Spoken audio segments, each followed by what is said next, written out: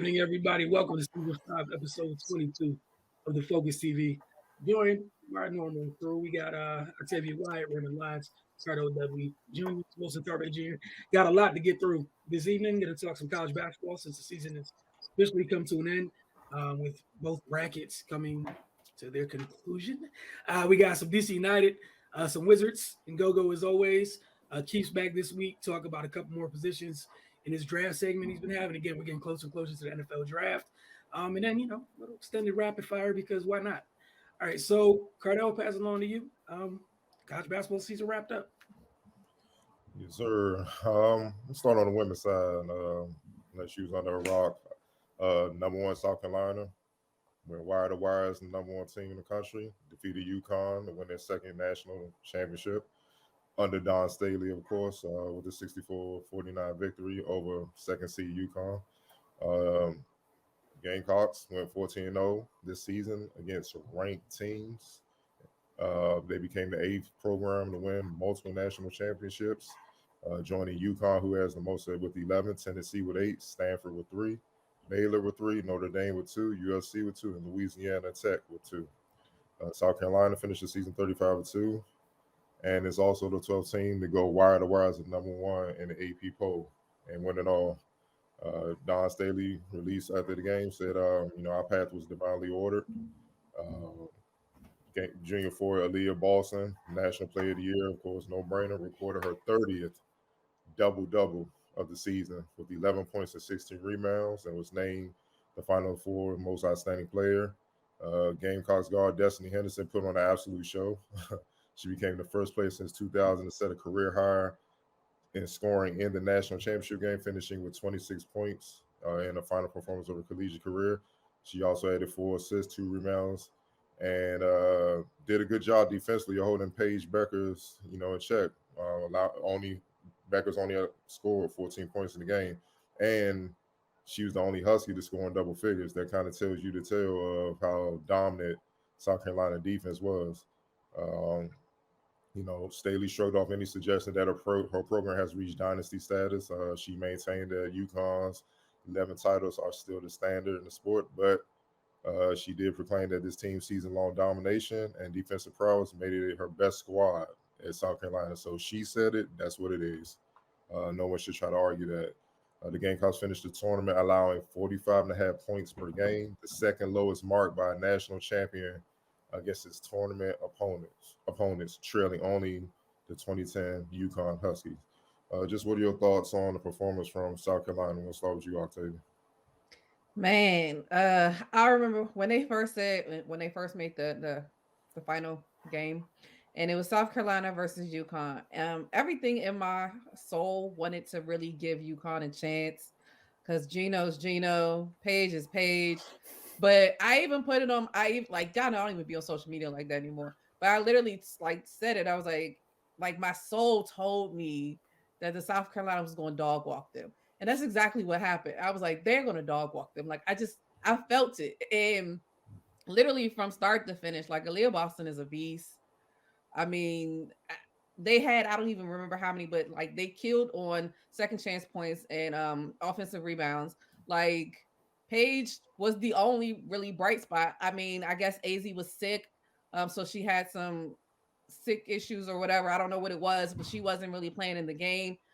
With no Dorka, they didn't really have anybody to back up Aaliyah Edwards or Olivia. So I just knew that they have so it's like you have 4 bigs to their 2, and then their 2 bigs against your 2 are a lot better than the 2 that you have. So it's the math wasn't mathing, and it just wasn't going to be enough. I gave them and then Kristen Edwards, Kristen was off. Kristen Williams was off.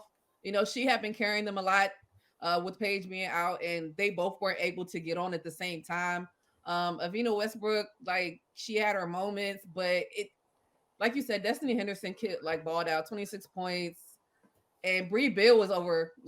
Paige couldn't go nowhere either, around her as well. So they just had them from all angles, and that's why I was just I'm trying to give y'all the chances. It's UConn, it's Paige, and it's Gino, but Nah, so I knew South Carolina was going to win that game. I honestly thought it was going to be by more than what it was.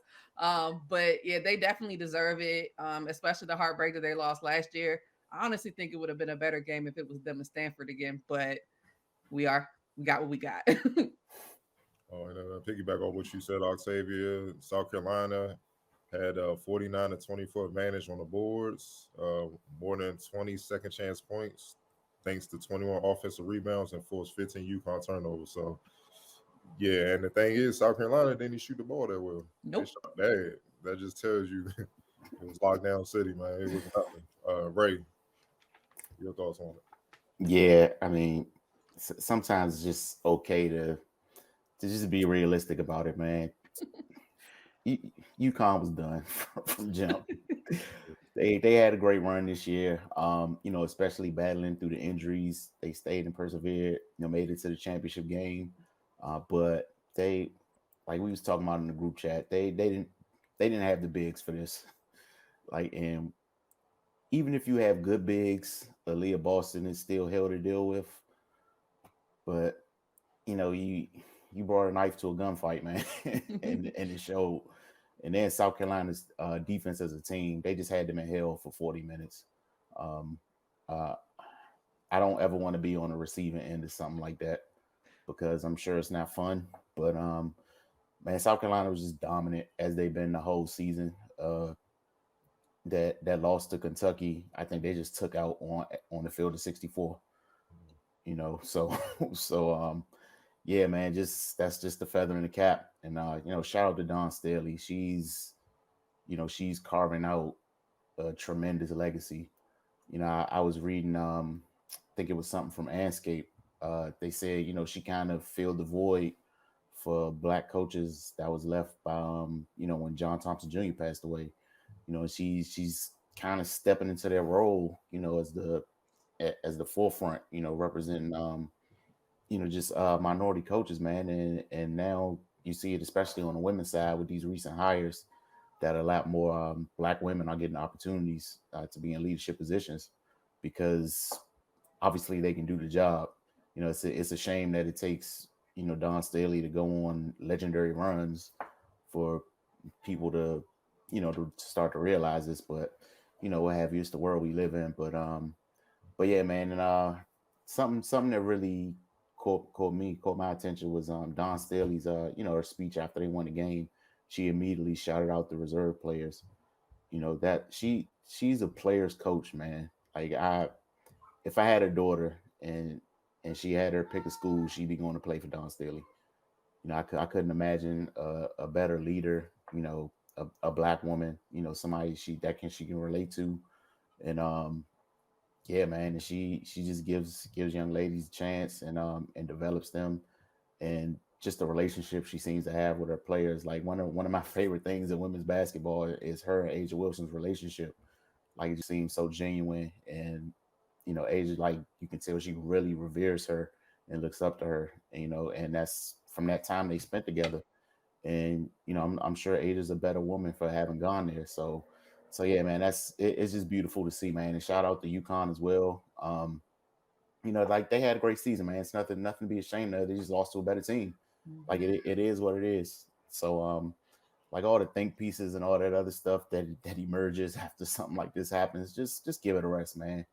They lost in the national championship. Like, it's nothing to hang your hat about. Just reload and come back next year, like South Carolina did. Mhm. They fell short last year. Use it as fuel. And Aaliyah Boston, man, like, she's like the sweetest person on earth. Like, she was even trying to, yeah, they had me crying last year. She was trying to, be had some bravado about it, but she still just broke down in the middle of the interview with Holly Rowe. And I just started smiling when I saw that, man. It's just good to see her win. After the way her season ended last year. But yeah, man, it was a great run for them. And yeah, if that young lady decides to end her collegiate career, then that draft board going to look a little different next week. But we'll have to see what happens with that. And just to piggyback on what you said, she's still that shy girl. She's came a long way from her freshman year. Yeah, absolutely. Yeah. She was mute at Maryland, dog. She was just a kid, just happy to be on the college stage. But now you can tell she's becoming a grown woman. And also what you said, and this ain't got nothing to do with you. I just want people to be cautious about the Don State thing, having the first black coach since John Thompson to kind of take that role, because it's disrespecting Vivian Stringer, who's still there. Yeah. And she's legendary in her own right, especially being an advocate for black women to do what they do. And obviously the legendary players that she's developed up there at Rutgers, man, you can't overlook her, because without her, there may not be no Don. You know what I mean? As great as Don is as a player. So, um, you know, I know a lot of women don't like, when women have accomplishments being compared to the men's side of it, and I get it, you know what I'm saying? But they can't act like she ain't there. I mean, she got 70 win percentage in her career. Like, it speaks for itself at Rutgers.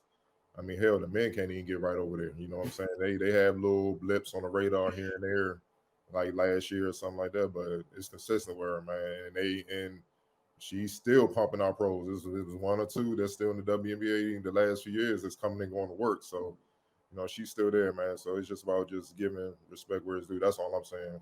Whoever wrote that, be cautious, man. Be more aware of what's going on. Well, Wilson, your thoughts on the game? Oh man, best team in the country finished the job. Like, ain't no shocker. It's the best team in the country when the year started. Shocker. Best team in the country when the year ended. We've been watching the league since our freshman year. Not a shock. The whole back and forth about the player of the year thing, people are bored. I don't know what's wrong with people. It was stupid and pointless, and here we are. Yeah, Connecticut wasn't ready for that.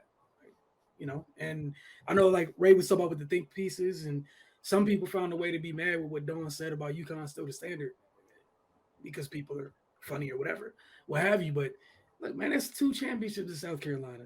She's built that thing up. They look like they're not slowing down at any time.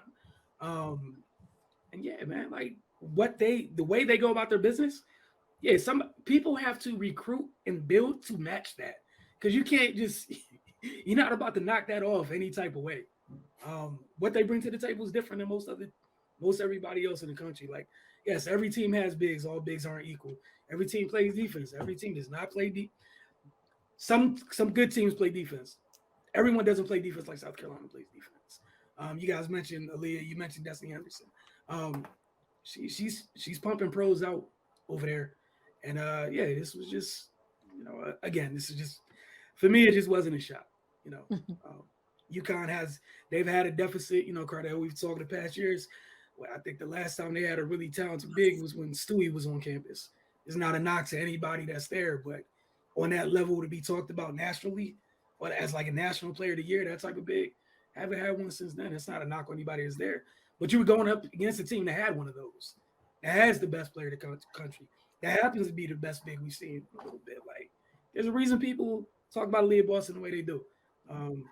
It is what it is. And like Ray said, for UConn, I'm gonna tell you right now, I did not expect them to make a run to the championship this year.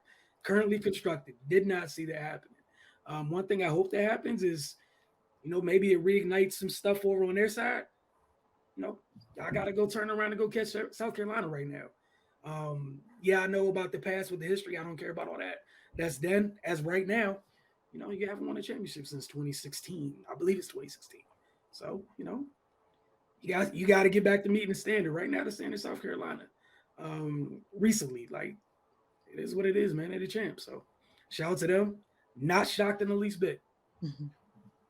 I mean, I'm just gonna keep it simple. You gotta stop going to these private schools, recruiting the nice girls that are talented, and you gotta go get some dogs. That's who Dawn gets. She gets the sisters that Mama used the hot comb.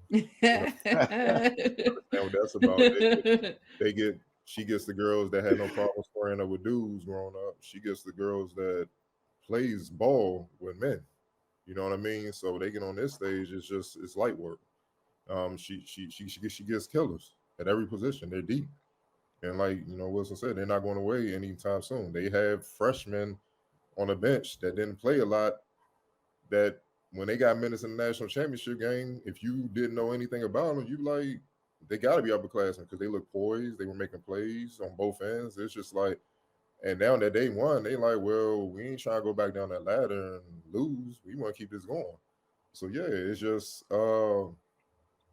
and Gino knows what he's looking at because he was that when Pat Summitt was running things. You know what I mean? So it's supposed to be like that. That's what competition is all about. So and like you said, Wilson, people looking at UConn, I'm like, this team wasn't supposed to make it to the national championship game. This is one of Gino's best coaching jobs ever. Like, dog, with Paige getting hurt and AZ up and down, all that, and even with those two, it's cool to have the acclaim, but this is the problem with youngins and that NLI, all that stuff. They got to learn to keep the main thing the main thing. Had they been more focused and kill it, they might have been able. Because look, South Carolina didn't have a great offensive game. And Paige had to stretch in the first half when she was going crazy and put pressure on them. But then they literally clamped down on her because no one else was a threat. That's where AZ was supposed to step in. Yep. And it's cool to get all the commercials and the NLI deals it's cool, but you getting that off of basketball, so they gotta learn to keep the main thing the main thing. And I'm sure Gino would let that be known. You know what I'm saying? So they can come back and be hungry. Because if AZ and Paige played up to their standard, who knows? You know what I'm saying? To their hype, who knows? You know what I'm saying? They might have been able to put enough points on the board to make it where it would have got interesting. Now down low in the paint, ain't nothing they can do about that. You gotta they gotta take that L like a woman. Sometimes it's just look. She's in that mode. Like when Asia was in school, when Stewie. I always talk about what John Quayle was doing in the A10. She was a quadruple double threat. It was bad. It was real bad. Like I felt sorry for those girls. Like certain people just got it. It's their time, and you know what I'm saying. And you got to deal with that. So that's all it is. But I know UConn ain't going nowhere no time soon. So they just going, but they might have to change some recruiting tactics. Those private school girls ain't built. They ain't. It used to be you could get the private school talent. They came from the hood. They went to the private school to get an extra step, get ahead in life. That it ain't like that no more because the kids are so pampered these days. They really are just soft in a lot of ways. They're talented, but they're soft. Dawn go in the hood, go Philly, DC, she go chill on the block and they're like, what's up? Like, where the girl? Like, that's what she's doing. And you gotta get those type of players to beat the South Carolina because you're not gonna punk them. You're not gonna. The only way you're gonna beat them is by playing basketball, out executing them. And any other way, if you think you're gonna try to out athletic them, out tough them, it ain't gonna happen. And hell, out coach them. It just it ain't gonna happen. So you're gonna have to match them and just play your best basketball. That's the only way you're gonna be able to beat them moving forward. Now on the men's side, this was a great game. Kansas came back from a 15-point halftime deficit to knock off AC North Carolina 72-69. I want to emphasize AC because North Carolina had a chance to be the first AC ever to win the national championship. They weren't supposed to be in the national championship game either. Hell of a season for them. Led by a physical inside game from Amano Bakat and 18-2 advantage and second chance points. The Tar Heels ran off 16 straight points to take a 15-point lead. At halftime, Kansas just looked stuck. They looked a step slow. UNC was being physical with them, and Kansas just looked, like, what's going on? They looked just shell shocked. But whatever happened in halftime, whatever Bill Self told them, it ignited the team. He did a good job tweaking the defense. He put DeJuan Harris Jr. On UNC point guard RJ Harris, to apply more pressure, which he did a good job of doing. Kansas got physical in their own right. They clogged up the passing lanes and forced the Tar Heels into rush shots and boxed them out and got the boards. That led to more running and more fast breaks. 8, and it turned a 16-point deficit into a 6-point lead for Kansas with 10 minutes left in the game. When it was over, Kansas held on, completed the biggest comeback in title game history, surpassing Loyola Chicago's 15-point rally against Cincinnati in 1963.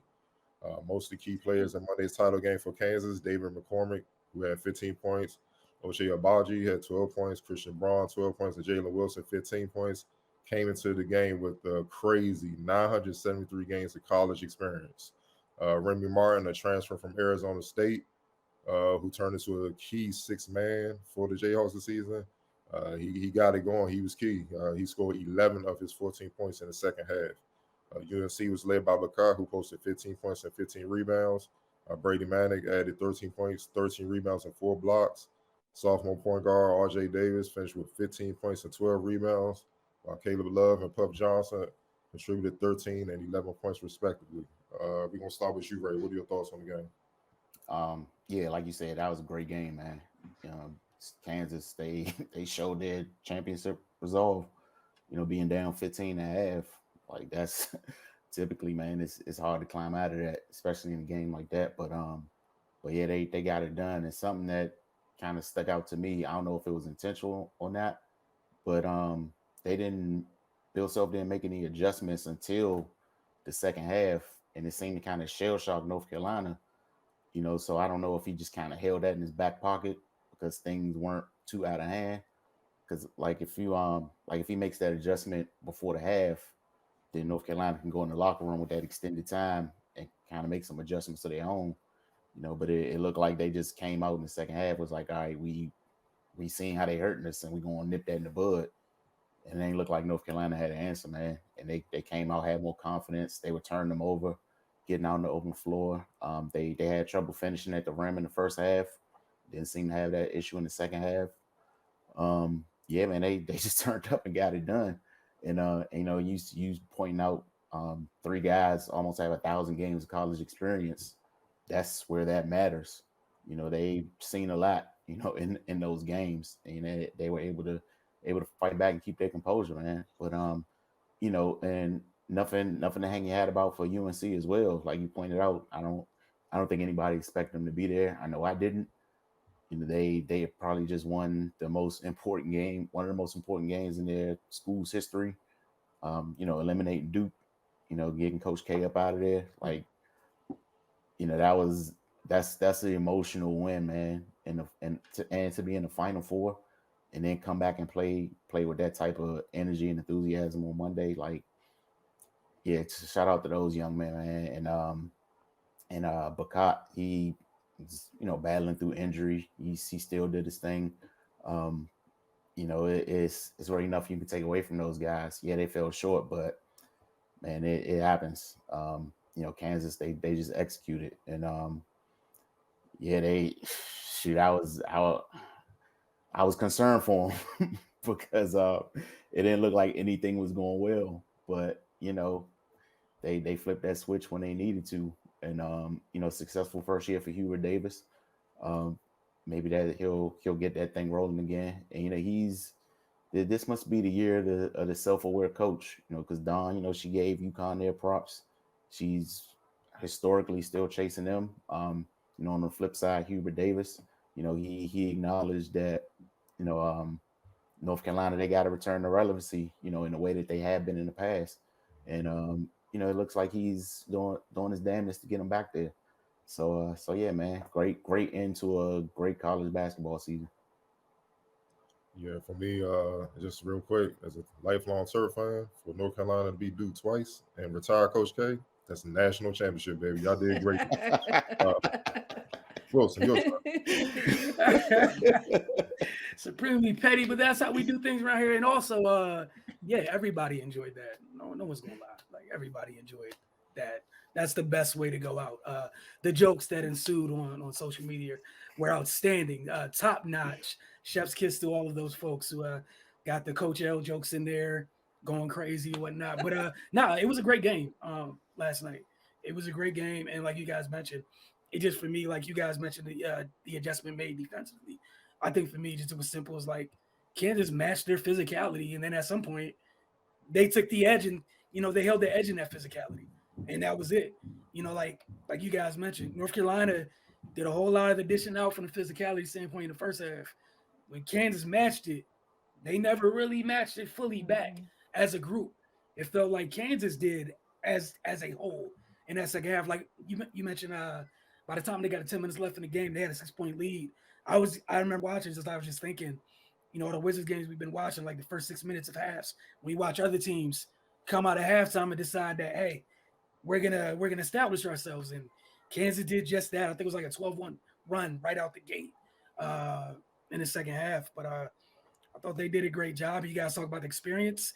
Yeah, it played a big role down the stretch. They look like the more poised team. But yeah, it was a great game. It was truly a very, very great game to take in. Octavia. Yeah, like you've all said, like North Carolina wasn't expected to be here. I mean, before the tournament started, people were even wondering if they were going to even make it in the tournament. So to go from a bubble team to the Final Four to the championship game is a win in itself. Also, like you said, from somebody who went to school in North Carolina, so I have a lot of friends who are Duke or UNC Chapel Hill fans, and just to see them all go back and forth all night was ridiculous. Because sometimes I forget which friend is a Duke fan and which one is a North Carolina fan. Because it's literally like 9 minutes down the road. I'm like, you guys all grew up in the same place. Like, how did you make this decision?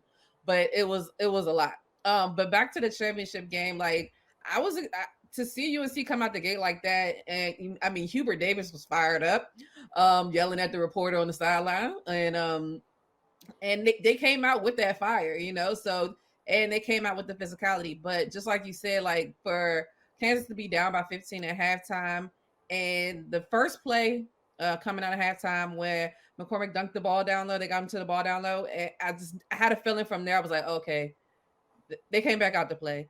And from there on, like North Carolina could do nothing with them. And just like Wilson said, like they just couldn't match the physicality. Um, and I really knew it was over after Baycott got hurt again and he had to come out with that ankle injury. And Kansas knew exactly what to do because they knew Brady Manick had to play against McCormick, and they knew that wasn't it. And they got him the ball, and it was like an exclamation point on it to me. So congratulations to Kansas. Like you said, they have a lot of experience, and it showed. And North Carolina, that for it to be Hubert Davis's first year, again, they had a great year. Beating Duke in itself in that situation, how it came up, I'm sure that's their championship in their head, but I'm sure it hurts the fact that they didn't actually win the championship. But again, yeah, it was a great tournament on both sides, the women's and the men's side. They gave us some really, really good games. So I'm kind of sad it's over and looking forward to next year. Yeah, just for me, it was the physicality and the fact that they pressure RJ Davis. That's their only point guard, and he had to work to get up court. Uh, my man, what's his name, real quick, Dewan Harris. He did an excellent job defensively. Like that's one of those prime examples of when people who just focus on points don't know shit about basketball because that disrupted everything North Carolina was doing. They couldn't get nothing easy. Yep. It just stopped that bleeding. And Kansas, it wasn't just the physicality defensively. Like when they came out the half, they was getting the ball their guards and literally going coast to coast and going right at them. Like you either gonna foul me or I'm gonna get this bucket.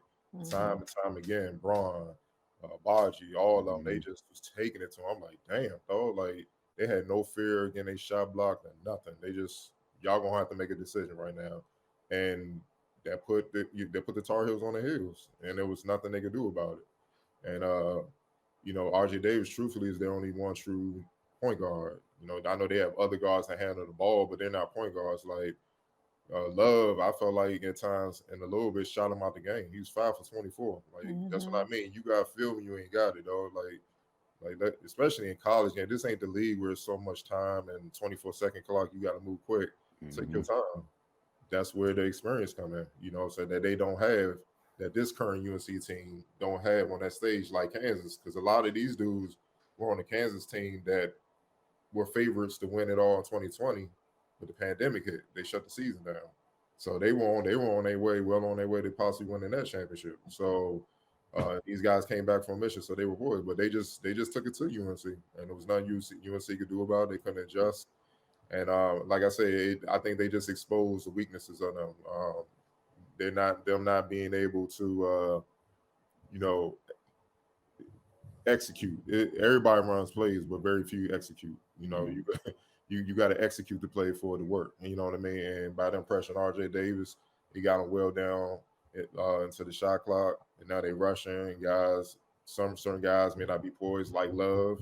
And you taking shots you shouldn't be taking. That play right in their hands. Those bad misses, rebound. We going all the way and taking it coast to coast. Obviously, Bacot can't jump. They know he got a bad ankle. They was really targeting him. Layup. Next thing you know, the runs happen is like composure, everything started playing again, and then it went Kansas' way, and all they had to do was hold on, which they did. So, like, man, it was a great adjustment. And that's what makes basketball great at the college level, man. So we go, but the ending with Hubert Davis, I'm happy people understand that he can coach, that he outcoached what many deem the best of all time twice, and then they got about 4 or 5 lottery picks over there potentially. You know what I mean? So. And North Carolina, I'm not even sure. Maybe Bacot, whatever. I'm not even sure where they're gonna get drafted. You feel what I'm saying? And that speaks volumes. So the man can coach. He got Simeon Wilshire already committed to junior out there in New Jersey and stuff. So he got some dogs coming, and I'm pretty sure more gonna be on the way because they saw the success he had. So yeah, it'd be dope to see UNC get back to what we know UNC to be, where it's NBA factory. You know what I'm saying? And we'll see how they go. All right, Ray. Wizards and the Go-Go. What's the latest with them? All right, I'm gonna start with good news, man. The Go-Go, they are playing their first ever postseason game right now. It's about 10 minutes left in the fourth quarter. They are up 95-92 against the College Park Skyhawks. It's been a back and forth game so far.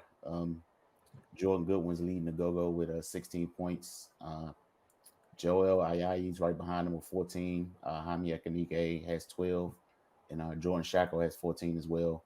Like I've been talking about them all season, they've been just hanging their head on their defense, man. That's what they do. They play defense, protect interior, and rebound. They're having some turnover issues. They got 12 so far, but again, man, their defense covers up a lot, man, because they don't shoot the three well, and sometimes they get a little erratic with the basketball. But they are patient on offense for the most part, and they get quality looks on the interior. So, like Cardell was just talking about bad shots, leading to fast breaks. They really don't have that issue. But yeah, man, they're in a tight one right now. Also some good news. Greg Monroe last week, he was called up to the Utah Jazz on a 10-day contract. He's been solid in a mostly reserve role for the Go-Go this year. He's averaged 12 points, 9 rebounds in 29 games for them. He's on his 4th 10-day of the season. Maybe some team, that's in need of his services might sign him for the postseason. So yeah, man, best of luck to him. On to some some not so positive stuff. The Wizards, they basically just waiting for the clock to run out on this season, man. It's been a rough one. They're playing Minnesota right now. They're down 38-35 at the end of the first.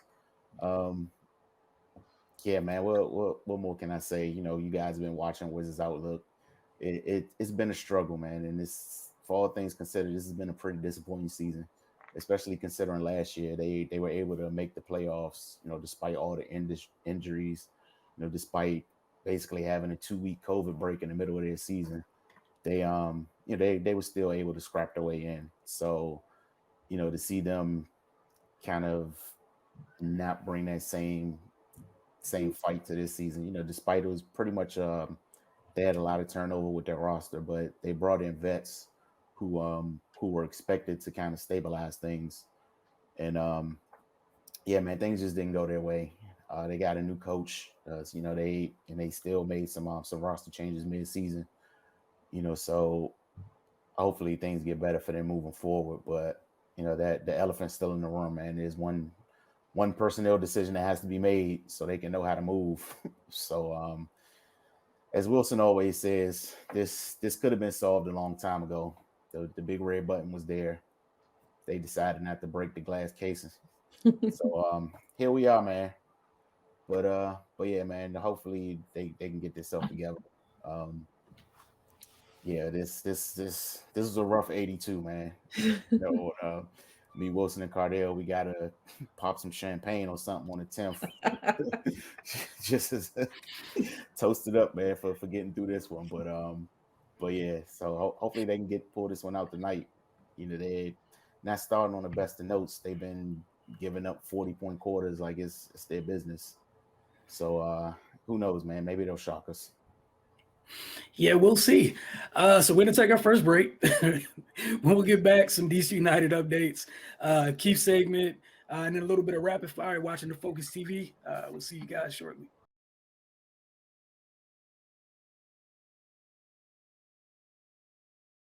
Welcome back to the Focus TV. Quick update from DC United. Marcelino Moreno clearly likes playing at Audi Field.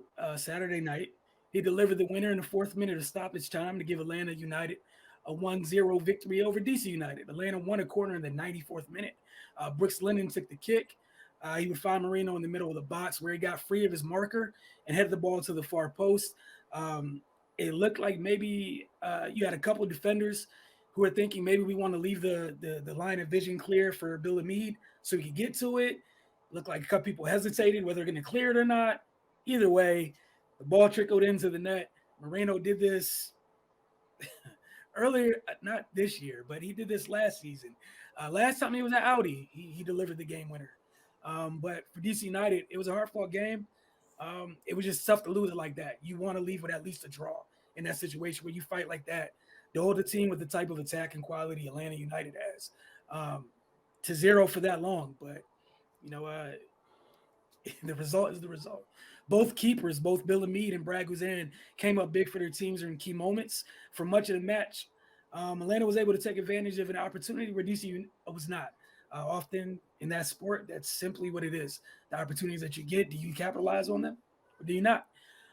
There were a ton of fouls in this match, and it was officiated rather tightly. DC United is known to play with a bit of a physical edge, and the officials in this one made sure that would not be part of that contest on that evening. It was called extremely tightly. One of the notes, I had some notes that are up if you head over to thefocustv.com after the game, but one of the ones that I did want to share was Nigel Roberta. Felt like he really stood out in his match. Felt like he had a really good showing. Obviously not perfect with some things you would have liked better, but he showed how his pace, skill, and strength at times affects this group. He did a solid job in hold-up play, played a large part in the team earning 10 corners. Again, they earned 10 corners, 10 set-piece opportunities. You have to capitalize on a couple of those. He and Ola Kamara was playing up above him in that formation this weekend. He and Ola aren't fully on the same page. You had a couple moments where one was thinking one thing, the other was thinking something else. And then there was a couple moments when they were on the same page, but just couldn't really finish it.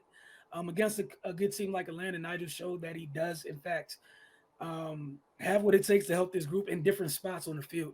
They got a week off this week, not from training, but in terms of not having a game. So they'll return the following week. Again, head over to FocusTV.com for more notes from that recap.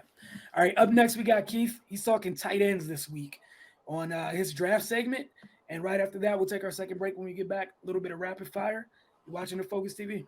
What's going on, guys? This week, we are back again talking about a position we haven't talked about before. It's one of the more, needy positions on offense. When you have this position, your offense works a lot better. And if you don't have one, it's not like your offense can't work, but having one allows your playbook and your offense to work way more smoothly and have just that safety valve changes everything.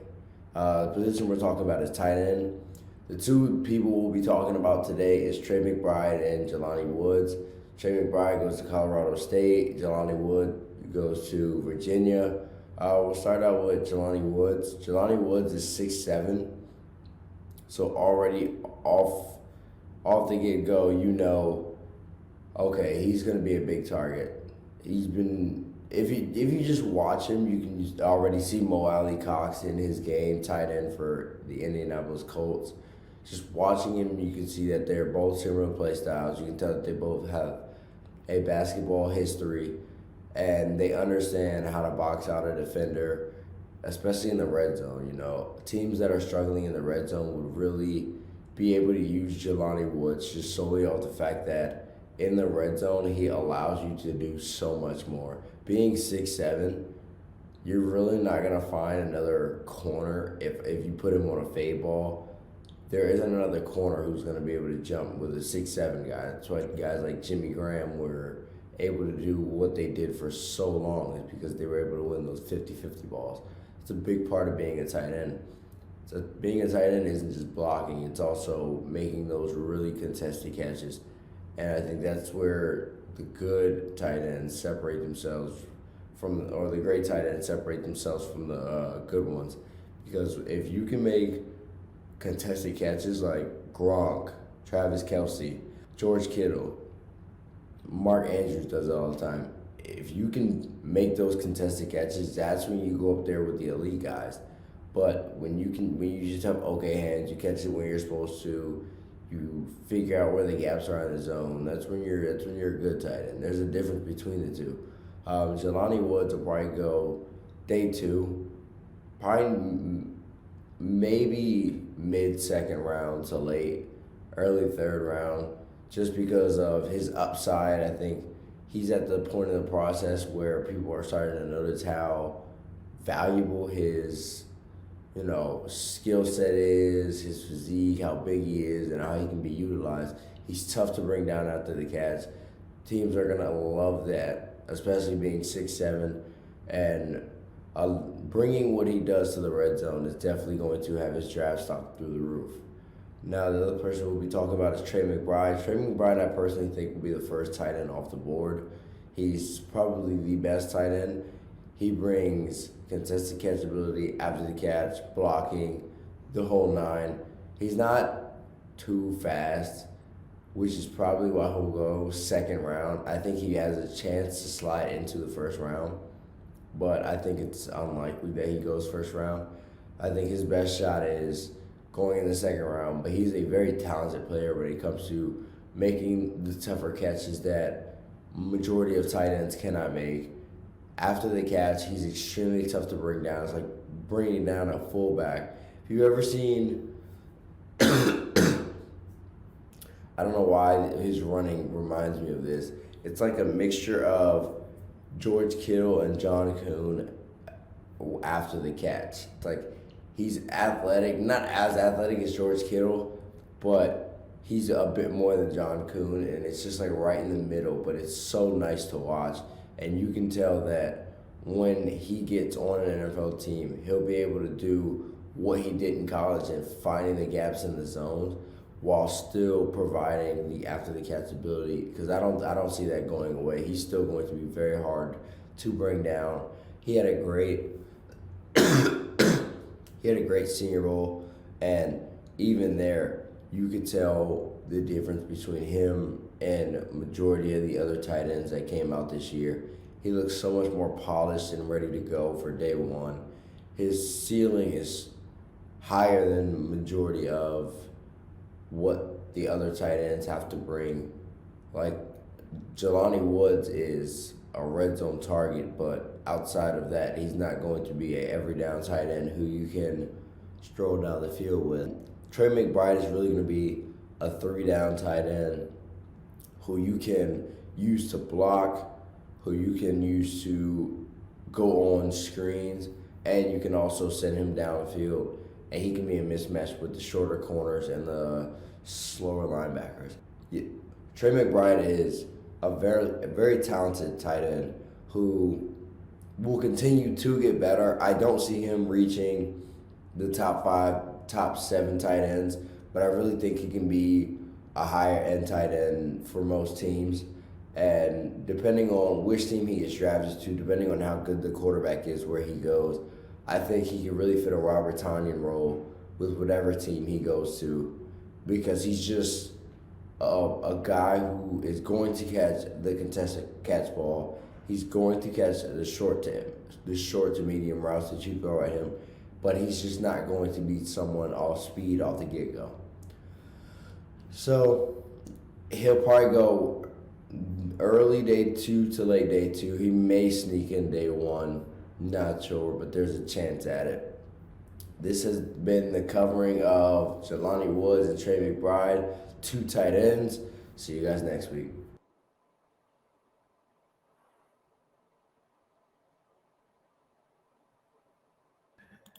Welcome back. I want to thank Keith for knocking this week's segment out. All right, Cardell, we got some time for a little bit of rapid fire. What you got for us? First off, free Brittany Griner. Throw that out there.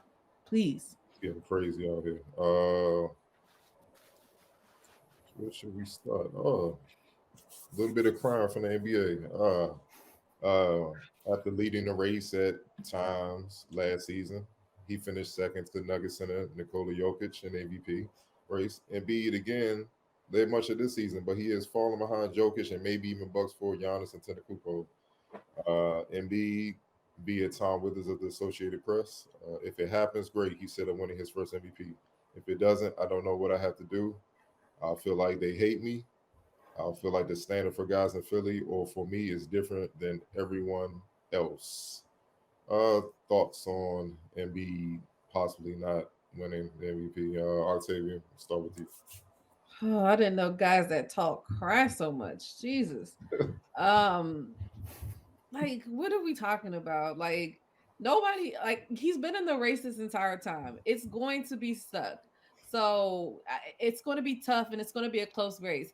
And I mean, didn't he just get waxed by Giannis the other day? Like, and I mean, Jokic is out here waxing people. Like, it's you have they have to think about it, the fact that like hello, like it's coming down to the end of the season. This is when people are really going to start making their picks and their votes and things like that. So don't you think you should probably be playing your best basketball at this point? And we all know the Sixers are not, even though most of it is not Joel's fault, it's that other guy's fault.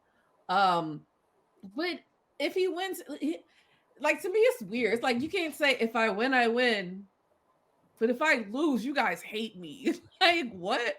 Like either if I win, I win. If I lose, I lose. It is what it is. It's like pick one side. Like I can't with the crying. Like there's so many people who have never been in the running to win an MVP. Like you're in the running, just win or be quiet. Like I don't know. All right. Yeah, man. Like don't. This is what he's best at though. Like shirking blame and throwing people under the bus. Like despite all the moves he got in the post, that's his best move. But like Doug, like Octavia just brought up, he got waxed by Giannis and lost a close game to Jokic recently. Like, if you want to prove you flat out MVP, then you got to do it against the other guys in the conversation. And they've had some other bad losses down the stretch. So it's not looking too good for you, sir. Um, but yeah, like, come on, dude. Like, just if you don't want it, if you don't want it to be any type of controversy, then don't make it a controversy and just go out there and get it done. Like that's all there is to it, man. But yeah, he got to chill because they're in the midst of getting walked down by the Indiana Pacers as we speak. So got to show your value, guy. Wilson. Hey, man, it's a bunch of nothing. Just use that time and point it to something more productive than going on a low key little media press tour to talk about the MVP race. While you're talking, other people are hooping. Uh, should be focused on the playoffs. And the whole they hate me thing is kind of crazy, seeing how you got a whole bunch of people to take your side when you and your team fell short in the playoffs last year, and y'all just found a bus, rode it over somebody three, four, five, eight times, and folks is still loving you. So I don't want to hear all that. Octavia said what she said. I'm with her on this one. Just I don't want to hear that stuff, man. You better not lose in the first round this year. I forgot he cried after the game last time, so why am I not surprised? Um, it has nothing to do with media. That's just this era, man. Though every day is some crime going on for somebody. Especially on their little podcast shows, man. It's just hard to. I gotta block it out. I never seen grown men cry so much, but this era is different. But look, man, you had a stranglehold on it up until the trade deadline. You should have known that Harden, when he came in, he's gonna steal a little bit of offensive thunder because of who he is. You see what I'm saying? So it's more than just scoring and stuff. Why don't you bring it defensively? Something y'all are horrible at. You took some bad losses, and then um, defensively you're hit or miss depending on who you're playing against. And then when you went up against the dogs, at your position that are in the MVP race, they got you up out of there. I don't understand why you don't understand that. Had it been in reverse and you dominated them, then there is no debate. We know you the MVP. You shut it down. That's what dominant big men do. And it's more than just scoring and even rebounding. I'm seeing Giannis and even Jokic. People don't know Jokic lead the team in steals and blocks. And he jump on the curb. You feel what I'm saying? So they're doing more than just offense. They're literally leading their damn teams in damn near everything, dog. And then they came into your building and not just beat you, they got you about it. It ain't like it. Oh, they. What are we talking about here? So you feel the pressure. That's why you talking about it. You know what's up. See what they doing. You know what I'm saying? So they just got to stop crying and hooping. That's not going to appeal to thing. I get it. It's some goofballs in media where you go on a campaign, they just going to go with the narrative because it creates a great story and they're suckers and they don't know how to stand on their own. Great. But no, that's not going to rock. Your play will have to dictate some awards. And all these people saying, well, media shouldn't get a vote and all that, the players shouldn't get a vote either because they're even more biased. Some of them, I feel like they're worse because they should know better. They played in the league. They understand what they're looking at. Some of them dudes get on there and talk from agenda point of views, the ego stuff all damn day, and you get nowhere. So they're worse than me. So man, at the end of the day, it's a lot of reporters that get votes. Let's say if it's 30 reporters, we'll find 7 to be on BS. You still get 22 votes, where people gonna be objective and do what they're supposed to do. The award's gonna go to the most deserving, and it's gonna come down to the wire based on wins. But I feel like at this stage, if I had to vote personally, it would be Jokic. He hasn't had no All Stars, nothing the whole season. Look where they at. Yep. Much the same wins. He's leading the Nuggets in every damn category.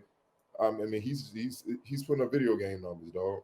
And once again, he got you up out of there, me, in your crib. So I don't know what else there is. What else we gotta talk about, man. It is what it is, man. We gotta go to some local news. Damn. All Big Ten guard and 2021 and Myers Drysdale Award winner Ashley Wusu announced earlier today that she's entering the transfer portal and seeking to leave Maryland. Wusu, who just finished her junior season, led the team scoring her sophomore year with 17.9 points per game and was second in scoring this past season. She said, I have never started anything that I haven't finished, and finishing was the plan when I decided to come to College Park. My goal was to have a great career here and to win the national championship alongside an amazing team.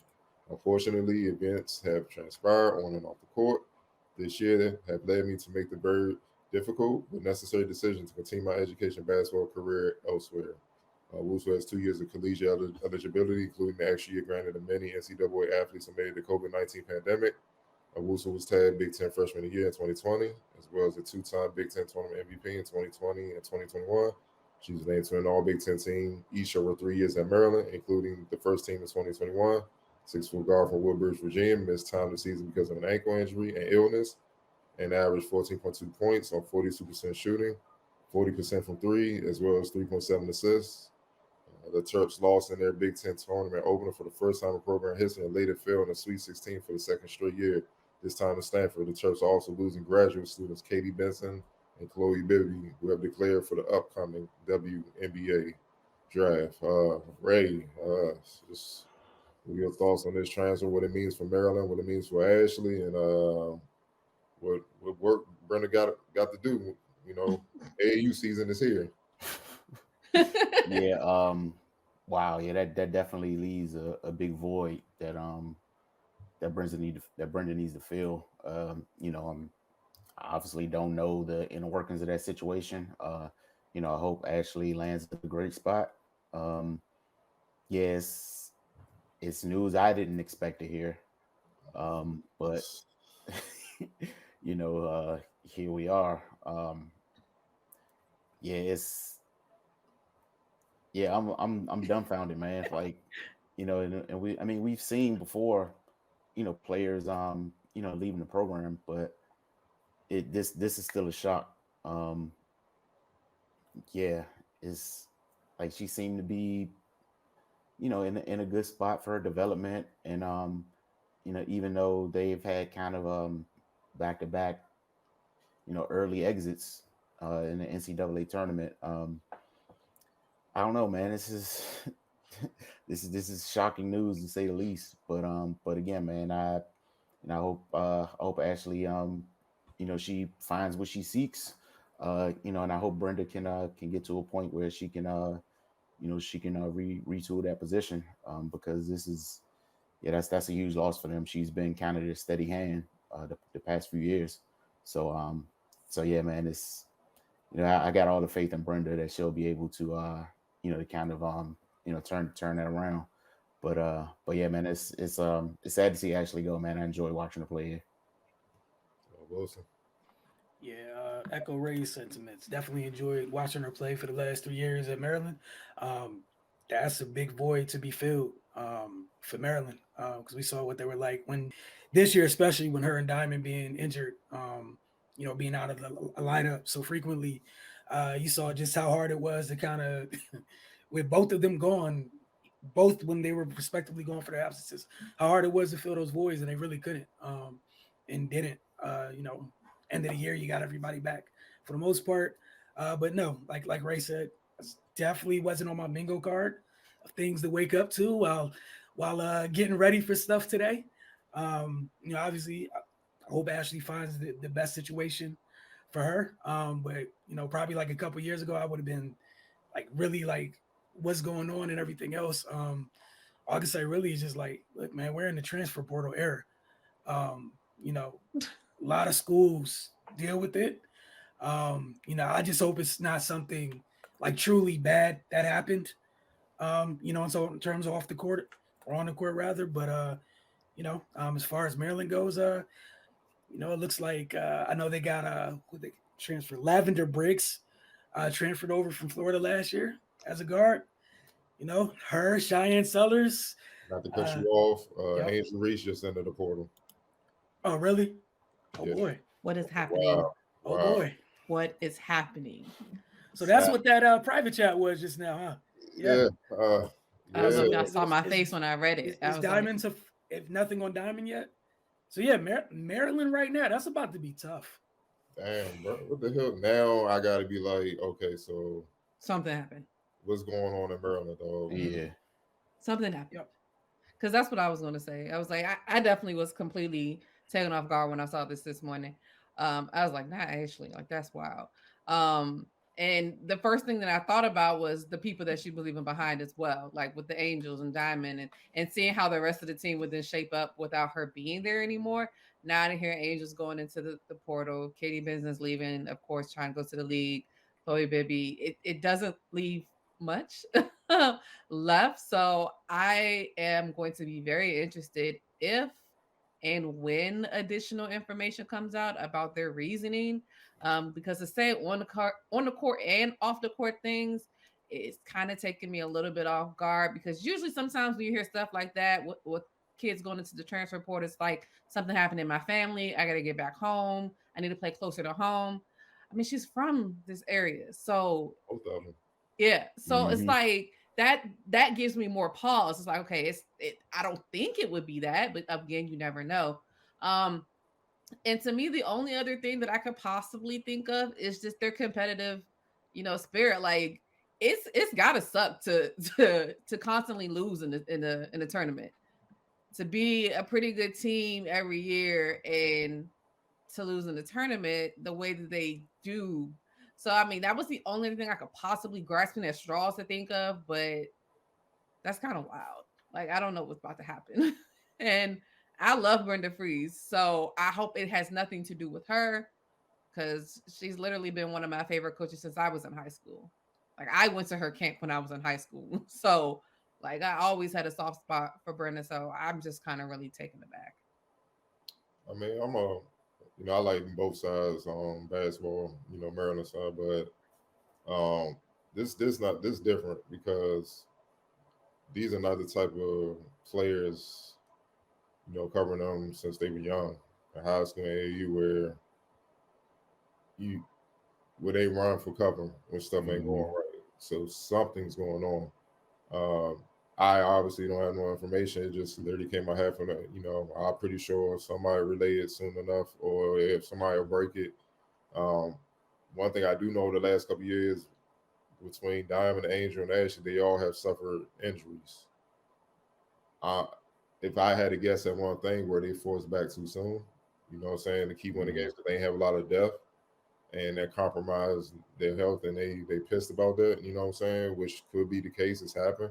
It happens a lot more than people realize. That's one thing I'm kind of looking at. If that's the case, where they misdiagnosed and stuff like that, and then they never could gain their footing. If that's the case, then that ain't cool. And who knows? It might. I'm thinking more along the lines with that for Ashley, because she was never quite herself this year at all, and they needed her to be herself, especially to deal with the Caitlin Clarks and to make a run. The guard play is so crazy. And what people don't know, but Ashley and Angel are like this. They play AAU together. They go back. So, one upset, the other one like, nah, I'm good. So yeah, I could see that. Like, I don't have any information. I'm just saying that. I'm just guessing, because they not the types to be, not even the type to run from tough coaching. Coaches get on. They endured it. They played for Boo Williams, go St. Francis, Paul VI. That's all they got. They used to that. There's something else going on. So now I'm pretty sure the Wolves gonna start circling College Park to see what's going on in Brenda's program. Yeah. All these key players, because now it raises eyebrows. All right, before I think the first high profile player in the league was Lexi Brown, but yeah, she be on that diva shit. So whatever. Destiny Slocum, that hurt. That hurt. Because she came in out the gate killing. She was special, but even with her transfer, she never bounced back. But then Ashley came, so it made people forget about that. But now she gone and then Angel gone, and Shakira left a couple years back or whatnot. It's like, yo, what's going on? Shakira and what's it called? Taylor Mikesell left. Yeah. Mikesell ended up transferring 2 times because she was at Ohio State this year. She originally left Maryland to go to Oregon, and left Oregon to go to Ohio State. See, she one of them, so she don't count either. That's what I'm saying. Like, look, I'm gonna keep it real. The NBA scouts, I was like, what y'all think about all these dudes transferring 2 or 3 times? Said we don't think nothing. They not on the radar anyway. So that's all y'all need to understand. So I'm pretty sure it applies on the women, where it's even more ruthless. You transfer a couple times. I don't know why. Like, you just delaying just getting your degree. It ain't gonna matter. Get the degree and move on with your life, because the WNBA ain't for you, dog. So, but man, that's the one thing I could look at, man. Unless there's some other stuff, some crazy stuff going on, abuse. I don't know. We done heard it all, dog. Like, it's not far fetched from Maryland, unfortunately. They had in the football team when they had that situation. As far as I can't remember his name, the guy that passed out on the football field ended up dying. Oh, yeah. So it's not far fetched. I would hope that since that situation, that nothing along those lines would even be in the realm of a possibility anymore.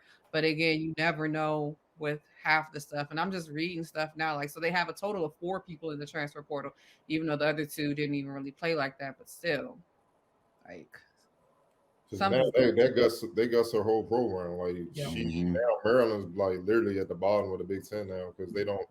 And I'm pretty sure Diamond gonna bounce. She's gonna I wouldn't be surprised now if she did, because of this. I would have been surprised before, but with Ashley leaving, Angel leaving, Katie being gone, Chloe being gone, who's left? What's the girl name? I mean, they still got the freshman Cheyenne if she stays. But still, who else? Yeah, this is wild. I need more information. And now it's ultra competitive. First, you probably had to deal with like UConn coming in there against players. Now, Dawn ain't got to say nothing, just show up. And it's like, come on, she hot right now, man. It's just that hurts, like, man. So, and they only had 2 people coming in that class for this year coming up, like that freshman class, like. So they're gonna have to be in that portal crazy, just to make up ground and stuff like that. And the other thing, because of injuries and stuff, like the past couple of years, they haven't had a full roster like the past 3-4 years. Honestly, just period. For different reasons, what have you. That's why I'm looking at the injury. I'm like, what's up with the strength and conditioning side, and like all players being misdiagnosed and put out there. That shit happens. Like, you know what I'm saying? They get out there and it's just an ankle sprain. We're treating everything. Then next thing you find out, some torn or something, like, you know what I'm saying? You know, even I went through it. So it's just like you gotta. I'm looking at that because they not the type to run. That's all I'm saying. It's plus they got the green light at the crib. Yeah. They, I saw Angel walking around when they Maryland men's played GW. She was walking around. She probably had the most hype, like the most love out of everybody, even the men. Like they was on, they was sweating. I'm like, you can't. Oh, something happening. We'll find out soon because now everybody be like, all right, come on now. Mm-hmm. You know, so where there's smoke, there's fire. It's like you said, they about to be looking up at the Big Ten after starting out strong in that conference. Because the Big Ten was a beast for them this year. Yeah. You know, injuries aside, but yeah, that's going to be nuts. And we'll probably hopefully we'll find something out by the next time we see y'all. You had another rapid fire question, Ricardo? Yeah, last one. Sacramento. In 2006, Joe and Gavin Maloof, the owners of the Kings at the time, fired Rick Adelman, who had just guided Sacramento to the playoffs all 8 of his seasons there. They themselves said at the time that it was impulsive. Sacramento hasn't made the playoffs since. Ownership, management, coaches, and players have all changed, but they've been in basketball hell, to keep it honest. With their loss to the Warriors last night, the Kings were eliminated from playoff contention for the 16th straight year, breaking the NBA record for longest playoff drought. Sacramento was previously tied with the Buffalo Braves, San Diego, Los Angeles Clippers, who missed the postseason all 15 years from 1977 to 1991, just to give you an idea. The Washington Wizards missed the playoffs from 89 to 96, the Grizzlies 96 to 03, the Denver Nuggets 96 to 03, the Clippers 98 to 05, Hawks 2007, the Jazz 75 to 83, the Warriors 78 to 86, the Sacramento Kings just before they took over, they're going to lose 87 to 95, the Mavericks 91 to 2000 before Cuban came on board, the Phoenix Suns 2011 to 2020, the Warriors 95 to 06, the Minnesota Timberwolves 2005 to 2017. I just spoke about the Clippers, and now the Kings are on top of all of them with 16 straight seasons. Man, just what are your thoughts? Y'all gonna take it? Go ahead, Octavia. Just go ahead. I literally. Now y'all see Marvin Bagley. This is rookie year with Detroit. You can't even count because he was in that organization. I'm not even gonna hold that against them. They ain't doing nothing right. My favorite thing to say: bad teams do bad things. And obviously, they've been doing bad things for 16 straight years. I mean, I literally Googled Sacramento Kings and something came up. Do the Sacramento Kings still exist? No. I was like, how disrespectful. But it's sad, man. It's really sad. I don't have any words for it. I don't understand. I mean, I understand, obviously, but it's just something's got to give, and somebody has to get it together out there. And it always starts at the top. Granted, it's the players that are playing, but somebody needs to get in charge that knows what they're doing, because obviously nobody knows what's happening. And I hate to say that they have some good pieces out there, and they're wasting their careers just sitting out there in Sacramento, just wasting away. Like Davion, I don't want to see Davion stay out there. Come on, man. I don't want to see De'Aaron stay out there. Me, exactly. And he been in longer. Sabonis like, I'm gonna get my numbers regardless. he just got there too. You know, I'm gonna get my numbers. I don't know about y'all, but I've been in the league too long. That don't affect me. I mean, look, Divock, they're not there no more for a good reason. You passed on Luka and Trae Young, the drafted Marvin Bagley. And there was a lot of so-called, Twitter scouts and brothers who ain't want to get Luka his due because he was white and he was getting all the hype, but real recognized real. And I'm like, you can't miss on that. You can miss on certain role players. You can't miss on that, dog. Like, that's hard to come back from, dog. That's woo. That's always on your record, dog. Like, how you miss on Luka? Why should we like, nah, you ain't messing us up. And it cost Vlade Divac, perennial all-star, the starting center when Sacramento was a contender with Webb and Bibby and all those guys. Man, Pedro was my man. Cost us his job. So Hito Turgaloo, like, God dang. Right, dog. Like, I'm looking at that draft. Who they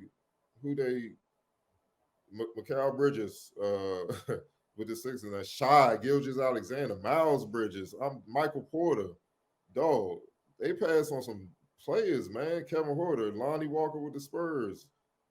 Dog. Anthony Simons, dog. Like, Anthony Simons is a dog. Robert Williams the third. Like, and we know you like Robert Williams the third too. I do too, though. Trust me, I do too. The Wizards will be in the playoffs with him. You saw what he was doing for the Celtics. Go ahead, Ray. See? That'll be funny. My bad. Football season be back soon. The Eagles on the radar every chance. It's back in a good way though, because Robert Williams the third is really good. Nah. Oh man. Hey, look here, man. When you fire the greatest coach in your franchise's history, you deserve this. You know, he cursed them. I hope all the bad things in life happen to you and only you and nobody else but you. Like, dog, why? Like, it said it was impulsive, right, man? Like, you could have kept that. You could have kept that part to yourself. You stand on it. That's what happens when you got a lot of money. Yeah, they just, yeah, man. Like, but we see the trickle down effect. Like Cardell said, man, they haven't made the playoffs since 16 years. So somebody born the day they fired Rick Adelman has a driver's license right now. Like, come on, man! Like, this is crazy. And and I like and it's been so much turnover within the franchise. Like, who do you even blame at this point? Yeah. Like, but yeah. So, and until they gotta right that wrong. Well, sell the team and move them back to Seattle, man. Because they need to start from scratch. Like, this is that's what I mean. Start all the way over. Whenever you take over the Clippers as the greatest laughingstock in NBA history, it's time to scrap the whole thing. It's over. It's over. Yeah, it's hilarious, but I feel for those young guys over there that that are talented, but are just literally being wasted. Like, but hey, man, it's not my issue. There's people being paid lots of money to fail miserably. Kudos to them. That's the American dream. But what have you. Yeah, man. They make the Wizards seem like the Spurs the way they lose. Makes me feel better about this information. Looking forward to Capital One now. Go ahead. My only solution to this is, man, take a page from soccer, man. Relegation. Just relegation. You have a team for however long you have, and you go 15 years without making a postseason. You don't deserve to have a team anymore. Just relegation. And since you can't send them to a league below you, relegation/relocation. You don't deserve that anymore. 15 years and not touching the postseason. And then, like you said, Cardell, the worst thing about the Luka thing, you didn't have to do half the guesswork that you do with normal college kids, because he was proven. Spoiler alert, he did it against pros. He was already a pro. As proven can get, dog. Like, the second best league in the world, man. Like, come on, dog. That's the thing. You didn't have to hope and be like, I wonder if it translates. You could have just been like, Google, does it translate? Google, draft him. Alexa would have said draft Luka Doncic. And y'all fumbled it. Yeah, man, just, And even if you did fumble with him, cool. You could have got Trae Young and still been good. But like, all right, I get it. Trae all-star, okay. Oh, you got Marvin Bagley who ain't showed the post till he left y'all. Oh, Jesus, man. And then you seen all these other dudes I just named, killing, playing key roles for their teams, going deep in the playoffs. And Lord Jesus, man, look, it's bad, dog. So I just got to feel for him. But yeah, they took over. They're the worst franchise in the league. Or even Houston got problems with the young boys they got. They just gotta learn. Mm-hmm. Yeah, Terrible. that's sad. That's just sad. But shout out to the Kings for finding a way to always lower the bar. We're gonna see you guys next week. Thanks for watching. Just as a reminder, the Focus TV every Wednesday and Friday. Wednesdays on our Roku channel. All you gotta do is if you have a Roku television device, is in the search bar, type in the Focus TV. You watch on DCTV if you're inside the city. It's just easy. Find DCTV on your local listings, or you can head to dctv.org if you're outside the city, and you can watch it right on their website. Also, get to dctv.org to check when the show re-airs. As reminders, got a morning show out each and every morning, not just Mondays, each and every morning. So about 9:30 a.m., tune into respective YouTube channels. Follow the Focus on social media to find out when and where. And again, hopefully we got some more information for you next week on what's going down in College Park. Because again, that is nuts. And we'll see y'all next week. Thanks for watching the Focus TV.